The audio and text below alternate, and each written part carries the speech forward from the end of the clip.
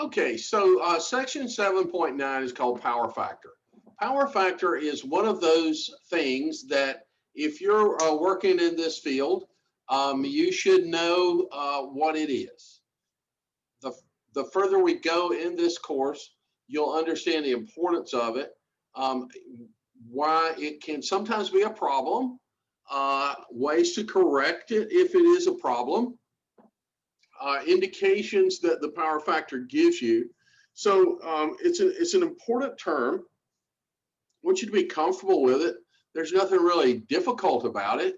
It's basically an indication of how resistive the particular circuit that you're working with is, because the power factor in its simplest form is the active power divided by the apparent power.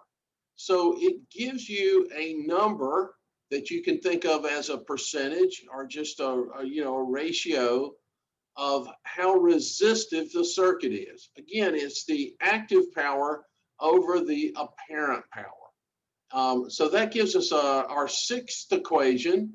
And with these six equations, we can do a lot of different things. So let's look at a circuit and talk about this a little bit more and introduce equation 7.6. So equation 7.6 says that the power factor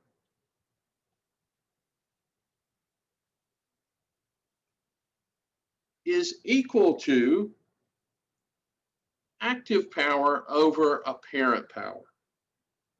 Okay, now active power, of course, is in watts, and apparent power, of course, is in volt amps. And power factor is expressed as a simple number, or it's put into as a percentage. Now, the active power can never exceed the apparent power, right? From what we understood. So it follows that if we have a purely resistive circuit, which is what we really strive for, and we'll find out why later, that the power factor would be 1. Okay? If in a purely resistive circuit, the power factor would equal to 1, unity, or 100%. The power factor of a resistor is 100% because the apparent power it draws is equal to the active power, because there's no reactive component in a purely resistive circuit. On the other hand, if the circuit is totally, if the circuit is totally reactive, the power factor will equal 0, indicating a totally reactive circuit. So the power factor of a circuit is simply a way of stating what fraction the apparent power is real or active. And so in a single phase circuit, the power factor is also a measure of the angle between the voltage and the current. Okay, so that's and we could go through the math to show you how you get there. And let's do that. Let's look at that. Okay, that's worth going into. So power factor, we'll abbreviate PF, is active over apparent. Well, we can write active power as the voltage times active current over the voltage times the line current. We could simplify this as I sub P over I, right? And then the last thing that we could do, and I'll do this maybe on a little side slide, is show you that the cosine of this angle, will give us the same thing as we have there with all those other equations. And as a matter of fact, he develops equation 7.7 that says the cosine of this angle is equal to P over S, which is equal to the power factor. Okay, very neat, very interesting stuff. If we know the power factor, we automatically know the cosine of the angle. the power factor is said to be lagging if the current lags behind the voltage. When does that happen? Well, it lags in an inductive circuit, right? And it leads if it is a capacitive circuit. So when we describe the power factor, we give it a number, but we also give it a description. So for example, if I said the power factor is 90% lagging, the term that we describe, lag or lead, always references the current. So if it's 90% lagging, the current is lagging the voltage, so it must be inductive. If it's 85% or 0.85 leading, then the circuit, again, this term is always describing the current relationship. If the current is leading the voltage, then it must be a capacitive circuit. Now, that allows us to work some pretty straightforward problems with what we know now. So let me do a little erasing, and we will work example 7.7. You're going to find this to be very easy to do. And then the other thing I want you to think about here is all the circuit analysis we didn't do. All we needed was some meters. So he says, calculate the power factor of the motor in example 7.5 and the phase angle between the line voltage and the line current. Well, here's what we had. You know, this was what we had calculated earlier. We had a parent, active, and reactive power. We know that power factor, excuse me, is equal to active over apparent. That would be 1800 watts over 2400 volt amps. Get rid of a bunch of zeros here, and this would come out to be, he says, oops, I said 2400. I've got it wrong. Let me fix this. We did not come up with 2400 there. That was 2040. And so I need to fix this too. Okay, this is live video, right? We don't go back and redo these things. But anyway, it just proves to you guys that I'm not perfect. I know you all think that, right? Yeah, I hear you. But anyway, so 1800 divided by 2040, I come up with 0.882.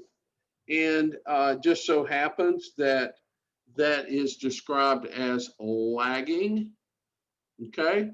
And that means that the current is lagging the voltage. And then what I could do, the cosine of the angle is equal to 0.882. And if I do the inverse cosine of that, right, this guy, then I will come up with the angle value of, excuse me, I didn't need to do that. That would be 28.1 degrees, okay? So I take my calculator, I turn it on, I say 0.882, second inverse,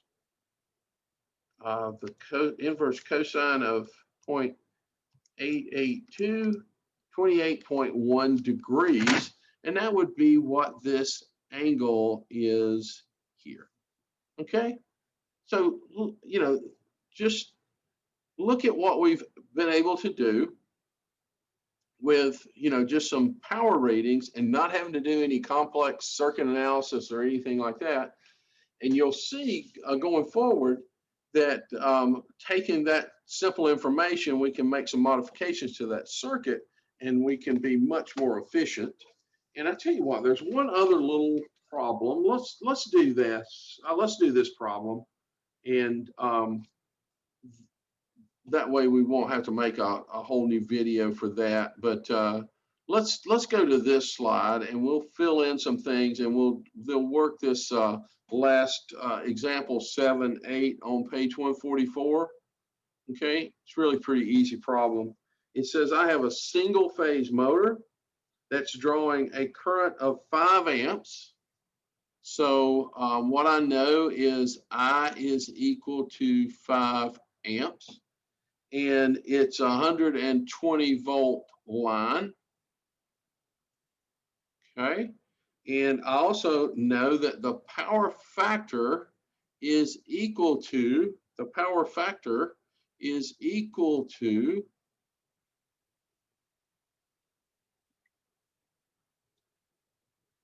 65 or 0.65. Okay. Now, there are meters, and we will see those meters, or I'll make a video where you'll see these meters if we don't get over to the lab in this world that we're living in.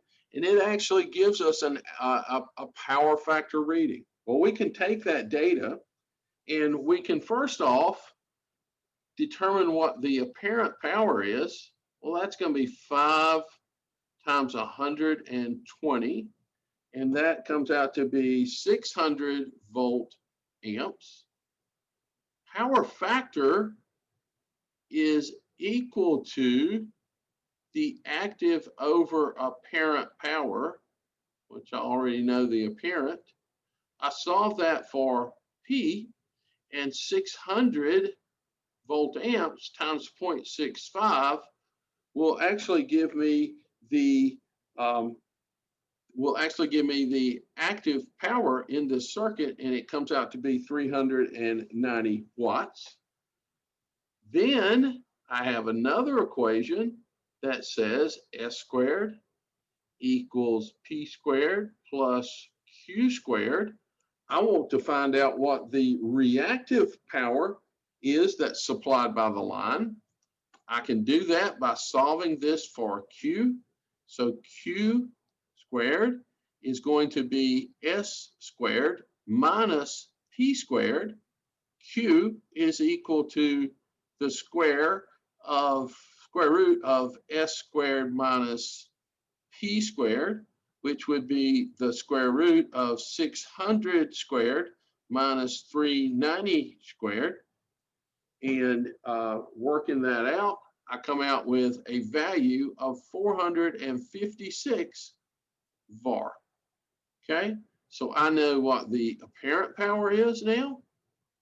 I got that from multiplying those two together. I backed this out by knowing the power factor and determined the active power. And then once I knew those two values, I was able to calculate the reactive power using that equation. Okay. Now, note that the motor draws even more reactive power from the line than the active power. This burdens the line with a relatively large amount of non-productive power. Okay, so what he's saying is this reactive power is larger than this active power. And the power companies don't like that, and they penalize you for those situations. And we'll see going forward how we can correct that and fix that. Okay, power factor is complete. We've got that defined. We've taken on a bunch of great new information that's going to lead us to a whole new world of understanding.